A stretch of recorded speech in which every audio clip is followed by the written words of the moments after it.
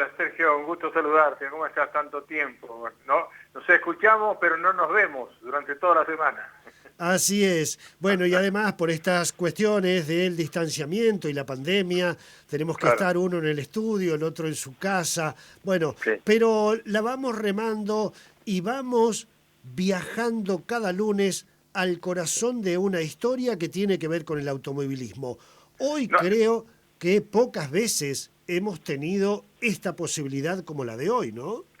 claro, es la primera vez. Yo quiero arrancar con una historia.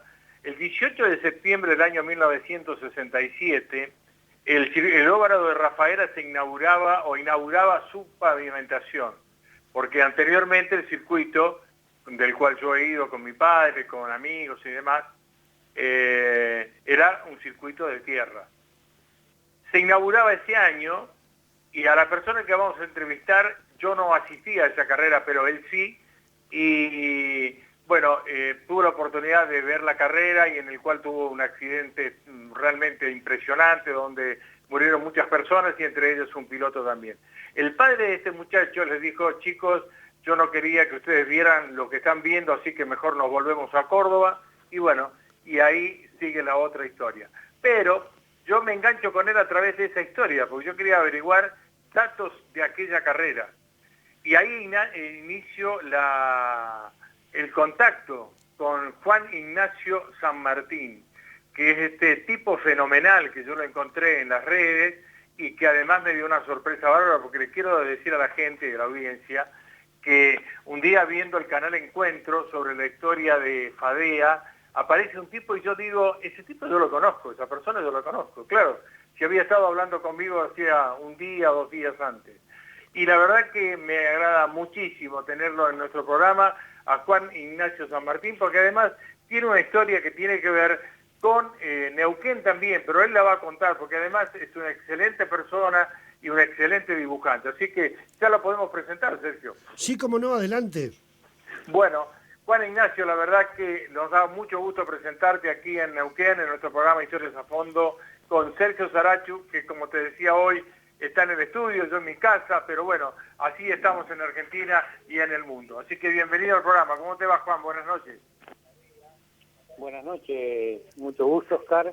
Un gusto para mí, un honor estar con ustedes. Bueno, ¿por dónde arrancamos? Porque la verdad que, bueno, antes que nada quiero decirte que hay una persona que me mandó un mensaje que dice: mi corazoncito está puesto en Fadea, porque cuando yo trabajaba ahí se comenzó a trabajar o se estaba trabajando con los Pucorá, que es Clemar Tosolini, que es de Morteros. Bueno, Morteros para Juan Ignacio es conocido, pero digo para la audiencia en general, y está él escuchando la radio desde allá, así que comenzamos con esta historia. Juan, ¿qué te parece? Porque la historia tiene que ver, justamente la comienza tu abuelo en la inauguración de la Escuela Militar de Aviación ahí en Córdoba, ¿no? Bueno, la historia comienza en 1927, cuando se crea la Fábrica Militar de Aviones. Allí mi abuelo tiene actuación a partir del año 44, cuando es director de esta gran fábrica, que es fue el que constituyó el polo metalmecánico más importante de Sudamérica en aquella época. El brigadier San Martín, que fue mi abuelo, toma la conducción de la fábrica en 1944, en un momento en que el mundo estaba en plena Segunda Guerra Mundial y era casi imposible conseguir materiales para fabricar aviones. Así que su ingenio hizo que utilizara maderas nacionales en la fabricación de aviones, y así se construyeron 201 aviones de entrenamiento de L-22, totalmente hecho con madera de la provincia de Misiones, y también el IA-24, el Calquín, un bombardero bimotor muy importante. Se hicieron 101 de estos aviones con total éxito. O sea, suplieron la falta de material metálico, de aluminio, de hierro, con la madera nacional, y obtuvieron aviones de gran calidad y de mucha durabilidad. Estos aviones estuvieron mucho tiempo en actividad. Bueno, tenemos que decir que vos tenés escrito un libro del cual nos has enviado hoy, donde están toda la historia de cómo se fueron construyendo los aviones, bueno, toda la historia que tiene que ver con tu abuelo y todo lo demás.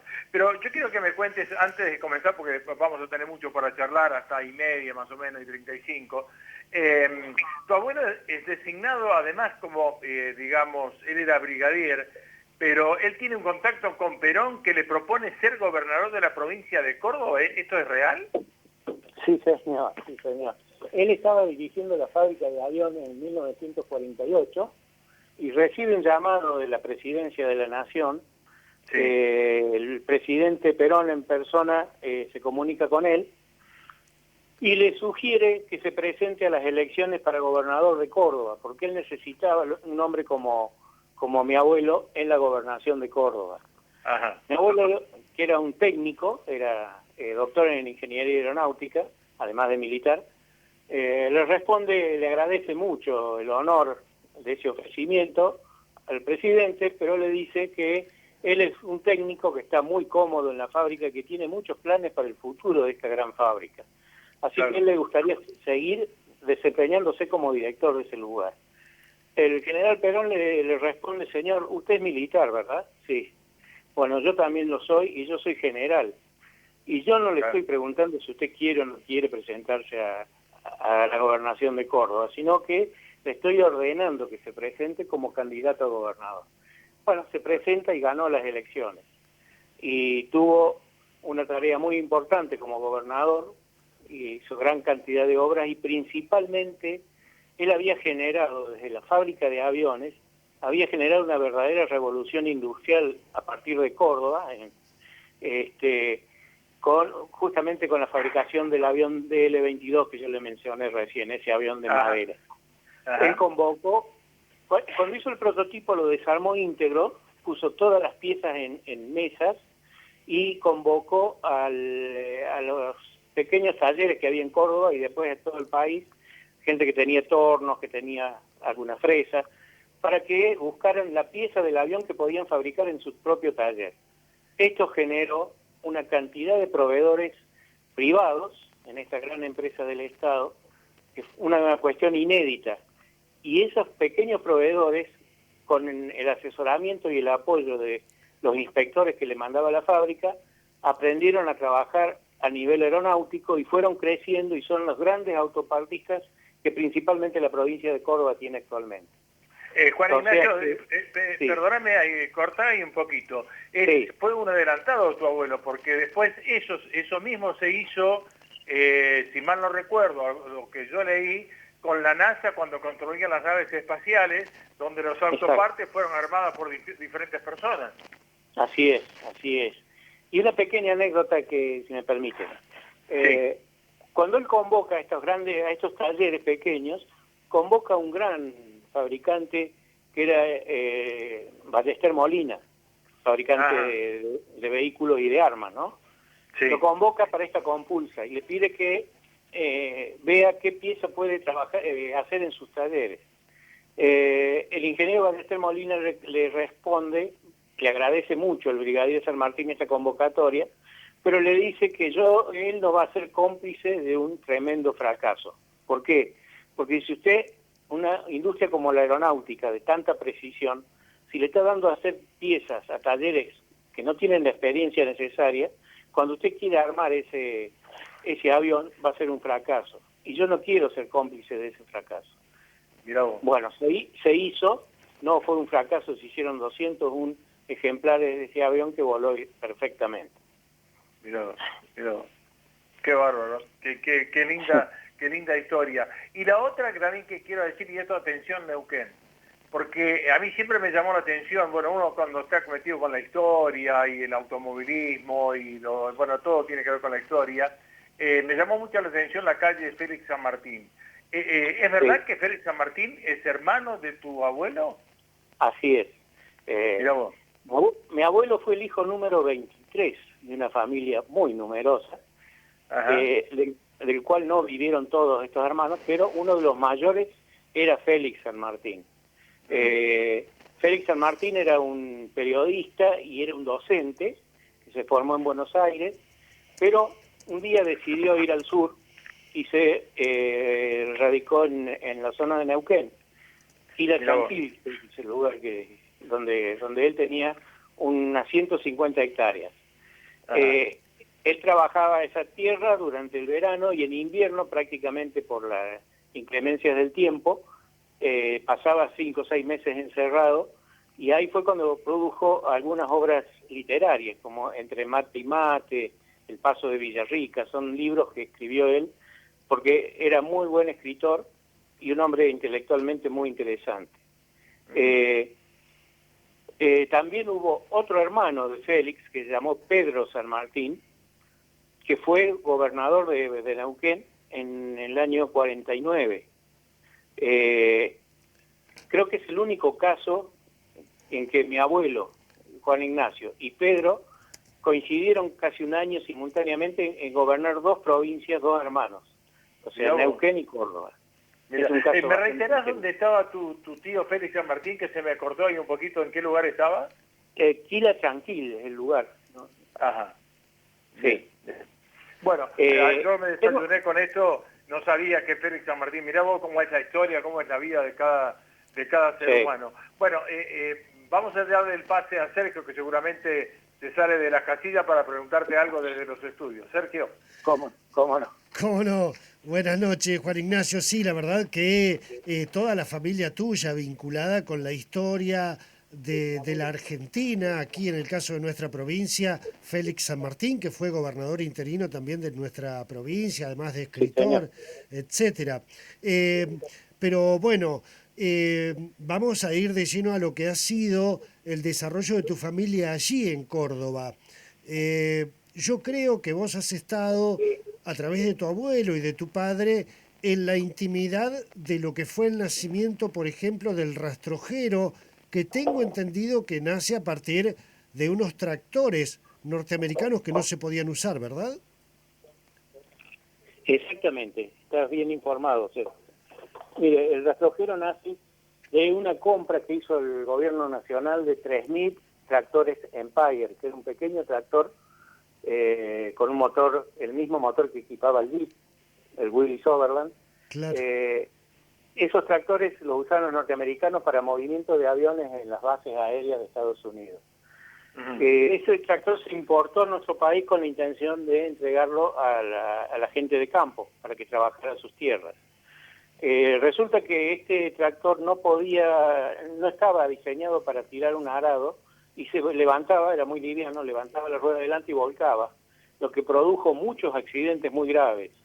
Razón por la cual el gobierno recolectó nuevamente estos tractores y los estivó en un enorme galpón en Buenos Aires. Allí mi abuelo, que ya era ministro de Aeronáutica en el año 51, los vio este material cuyas ruedas se estaban desinflando, se estaban oxidando, y dijo, no podemos darnos el lujo de perder semejante lote.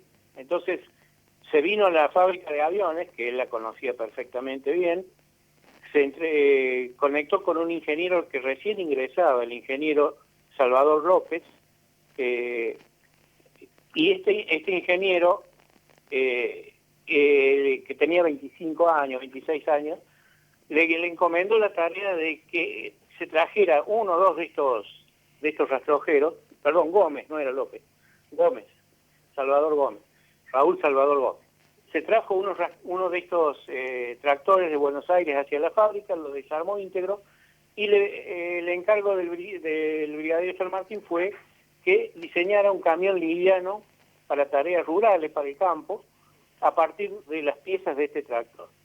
Así, Gómez se interna 70 días en la fábrica con un chapista y con un carpintero, y construyen los 2 primeros prototipos del rastrojero.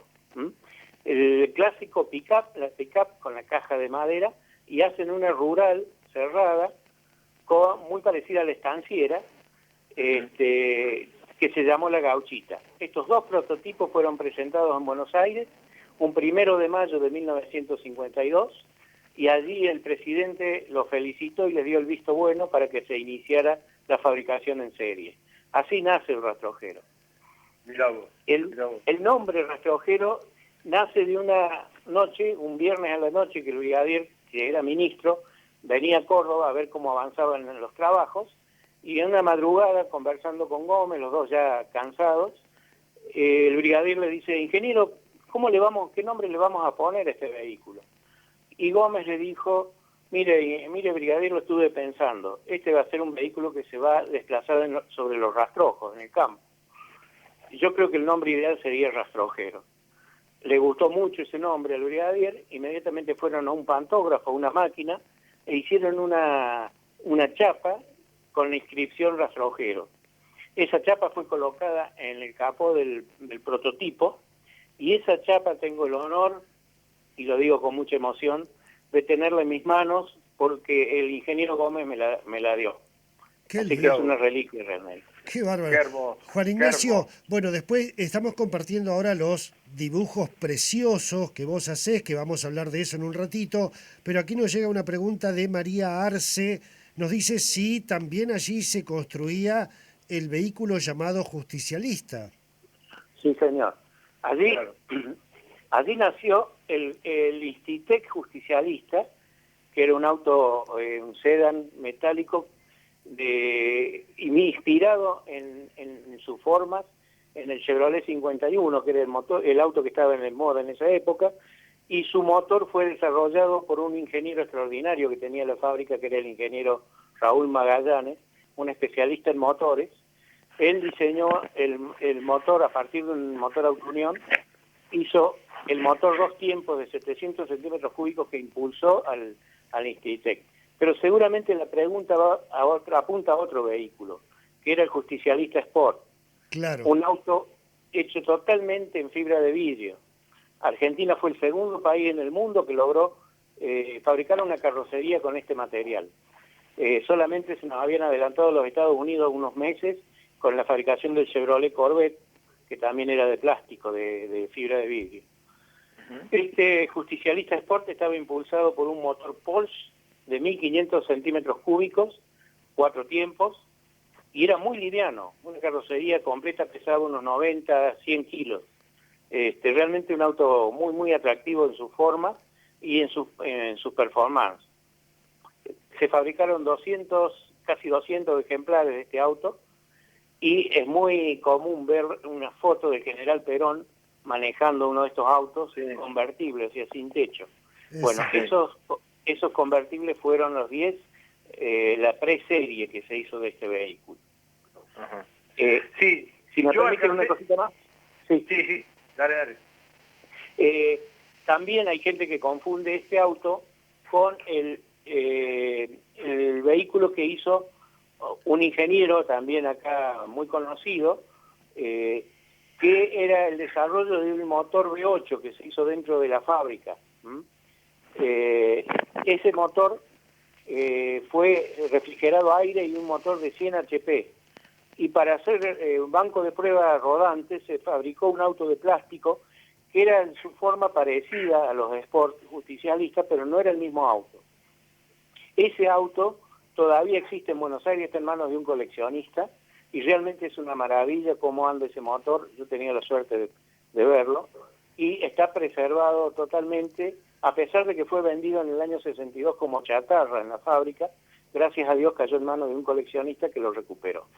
Claro. Sí, lo que te iba a decir, Juan Ignacio, que yo tenía, porque falleció, un primo de mi papá que vivía en Balneario, otro pueblo de la provincia de Córdoba, que se dedicaba a repartir, pan dulce, caramelo, todas esas cosas, abastecía kioscos, y él andaba en un Graciela. El Graciela también fue un vehículo que se fabricó ahí, ¿no? Bueno, el Graciela, mire, tiene una historia muy particular.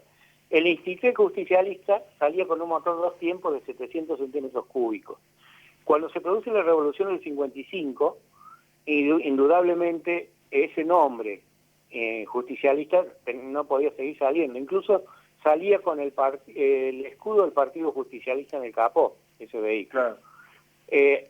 Al minuto después de la Revolución, por supuesto, se decidió que ese auto no saliera más, pero siguió saliendo se le cambió el motor, se importaron unos motores de Alemania, de 900 centímetros cúbicos, motor Warburg, y se le cambió inmediatamente el nombre. Y cuando se buscó el nombre, resulta que la hija del director de la fábrica, que era el brigadier Alzogaray, pariente de quien fuera después ministro de Economía, Sí.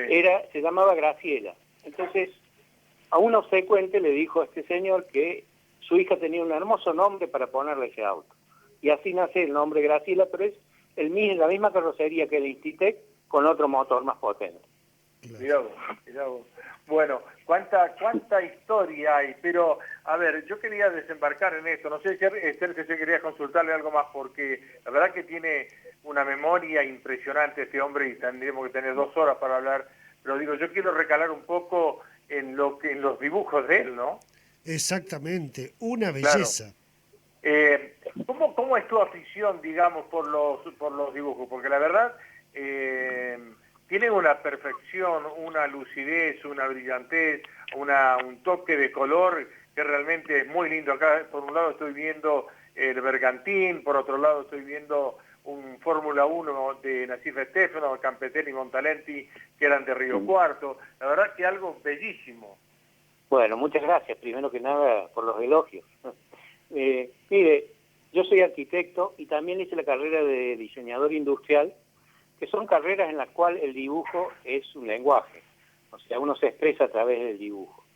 Eso combinado con mi pasión por lo que es el automovilismo y la aeronáutica, es un combo que gracias a esta última pandemia, que yo me recluí en mi casa, prácticamente sin salir, se convirtió en un hobby, ¿no? Comencé a producir dibujos prácticamente 1 o 2 por día. Eso me ha dado un entrenamiento muy lindo y además he ido puliendo un estilo. Pero lo interesante del dibujo es que cuando uno elige el objeto que va a dibujar, en el caso de un auto o de un avión, primero hay una etapa previa de estudio, de fotografías, de planos, y un poco se me pega también la historia de ese vehículo. Entonces, el dibujo es la punta del iceberg que se ve, pero detrás de cada dibujo hay una historia, hay tiempo de investigación, que eso es lo que hace apasionante esta tarea. Vos sabés, Juan Ignacio, que nosotros hemos tenido varias entrevistas con gente que hace vehículos a escala, miniaturas, sobre todo de automovilismo deportivo. Uno de ellos está en Trenquelauquen, se llama Claudio Varela, y hoy nos decía, dice, increíble dibujante. Más de una vez me vinieron como excelente, como referencia de algún auto, por ejemplo, el Bergantín DTC de Mandalunis. Es decir, que están tomando también como base tus dibujos para hacer vehículos a escala, imagínate vos. Uy, qué honor, realmente me pone la piel de gallina.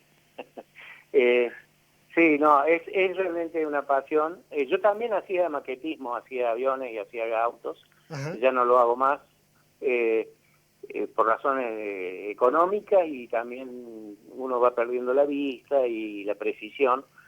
Pero el dibujo todavía estoy en condiciones de seguir haciéndolo, gracias a Dios. Es muy lindo saber que mis dibujos son útiles para alguien. Yo lo hago simplemente por pasión y bueno, y me sorprende la llegada que ha tenido en ustedes, ¿no? Realmente me sorprende. Juan Ignacio, lo que te quería consultar, porque me lo preguntaron a mí el otro día cuando ya sabíamos que íbamos a charlar contigo en el programa, digamos, cualquiera de estos dibujos, vos lo podés proyectar, no sé si para un cuadro grande, para una tela, digamos, Sí. hacer este dibujo que está en, no sé en qué escala, pequeño, a mí me sale pequeño, hacerlo mucho más grande o no lo podés hacer. Sí, perfectamente. Lo que pasa es que la técnica es muy simple, yo lo dibujo generalmente en una hoja tamaño A4 o A3, lo hago completamente en lápiz hasta su último detalle. Después ese dibujo, cuando ya lo tengo terminado, lo escaneo y lo coloreo en la computadora. Esa es un poco la técnica, que es bastante simple. Yo no he estudiado Photoshop, que es el programa que me ayuda a hacer estas cosas, pero Claro. a lo Tarzán, a decir, a los ponchazos lo he ido manejando. Y ese es un poco el procedimiento. Estos archivos pueden ser impresos en grandes tamaños también, porque son bastante pesados como archivo, ¿no? Así que he hecho ampliaciones, y hay gente que ha hecho cuadros, y he hecho una exposición en el Museo de la Industria de Córdoba también, pero en láminas que eran tamaño A3, más o menos. Ajá. Y realmente queda muy llamativo por los colores, ¿no? Claro, Bueno, totalmente. yo quiero agradecerte la gentileza que has tenido de hacerme el Chevrolet 39 de turismo de carretera, porque mi padre era fanático del Chevrolet y yo heredé eso, y yo lo tengo ahí, lo bajé en una computadora, y la verdad que parece una foto real y en serio, no parece un dibujo, una perfección de aquella. Bueno, el Chevrolet 39 es uno de los vehículos que me gusta mucho, de aquella época es el que más me gusta, y el secreto es pasión, es ponerle mucho amor a cada cosa. Realmente disfruto muchísimo haciéndolo. Me ha hecho mucho bien desde el punto de vista de la salud, porque uno mentalmente se abstrae de muchas cosas que pueden afectarlo, y me encierro en eso, ¿no? Totalmente. Que es muy gratificante para mí. Totalmente. Juan Ignacio, bueno, la última pregunta por el lado mío. Vos sos un apasionado y un referente de la historia de la aeronáutica en la República Argentina. Y hablando de historia de la aviación argentina, la Patagonia debe ser un capítulo más que apasionante para estudiar esa historia de la aviación con la aeroposta, etcétera, etcétera, ¿o no? Claro. Sí, por supuesto.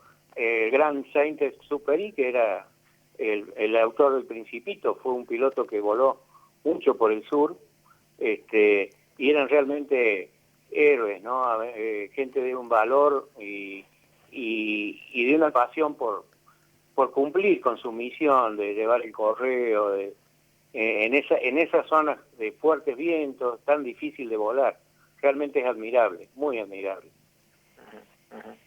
Bueno, la verdad que hay otra de las cosas que yo quería compartirte, Sergio, y la audiencia, yo te hablo de lo que yo he visto en la vida, ¿no? Por ejemplo, el auto que figura, que recién lo pasábamos, que es el Maserati Tornado que corrió Luis y Palma, está tal cual, es exactamente igual. Bueno, ahora estoy viendo el auto de Moroni, bueno, el rastrojero, el tractor Pampa está exactamente como es el tractor Pampa. La verdad, una exactitud, una precisión del dibujo que es muy llamativa, muy llamativa.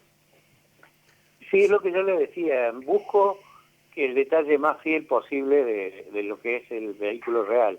Y muchas veces me han escrito, me sorprende, porque los viejos autos de turismo carretera, yo tengo fotos en blanco y negro, me cuesta mucho averiguar a veces su color original, y eso lo logro a través de contacto con gente que han sido mecánicos o han sido nietos del corredor, y me informan.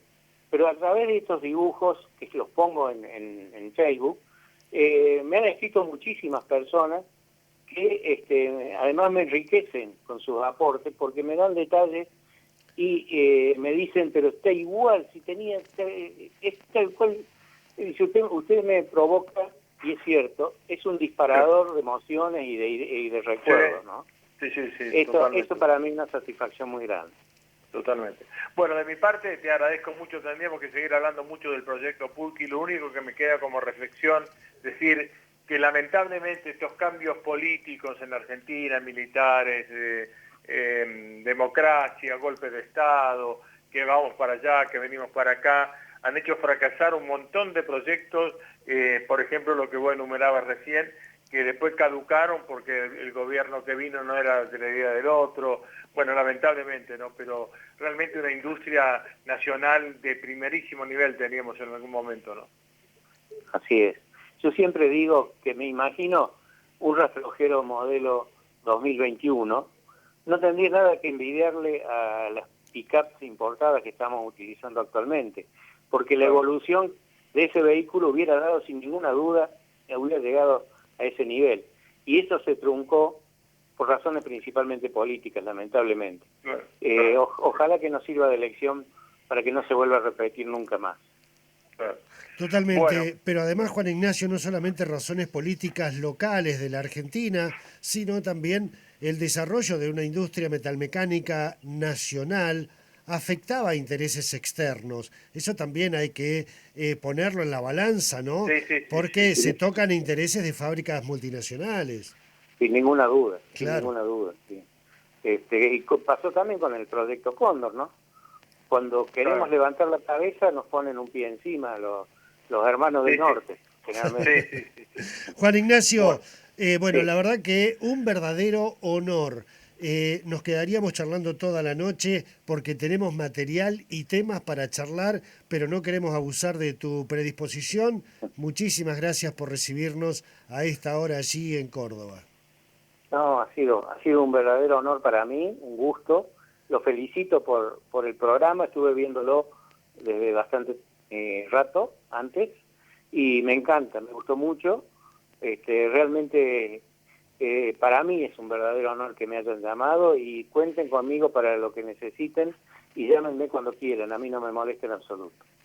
Bueno, el compromiso está hecho porque además te digo, Sergio, que Juan Ignacio me dijo que cuando todo esto pase y yo pueda ir a Córdoba, nos vamos a ver personalmente, me va a entregar firmado, autografiado por él los libros, el libro que él tiene, así que desde ya muchas gracias y desde ahora tenés dos amigos en Neuquén, Sergio Sarachu y Oscar Escalante. Te mandamos un abrazo enorme, Juan Ignacio, y gracias por atendernos.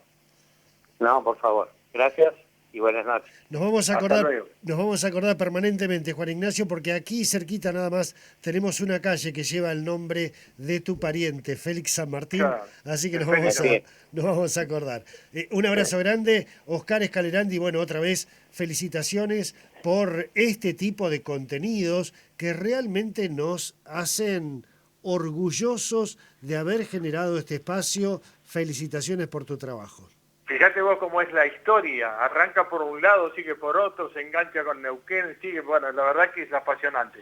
Pero antes de irnos, Sergio, esto es un adelanto exclusivo que le puedo decir que no lo sabe absolutamente nadie a nivel país. Y no me quiero agrandar, sino que hay un contacto que tengo en Santa Fe, del cual me dice que dentro de muy poco tiempo se va a comenzar a construir el museo en homenaje al gran Carlos Alberto Lole Reutemann. Eso está confirmado. Después seguramente vamos a ver más adelanto, pero lo que sí te puedo decir que ya se va a poner en marcha el museo en homenaje a Lole Reutemann, bien merecido que lo tiene.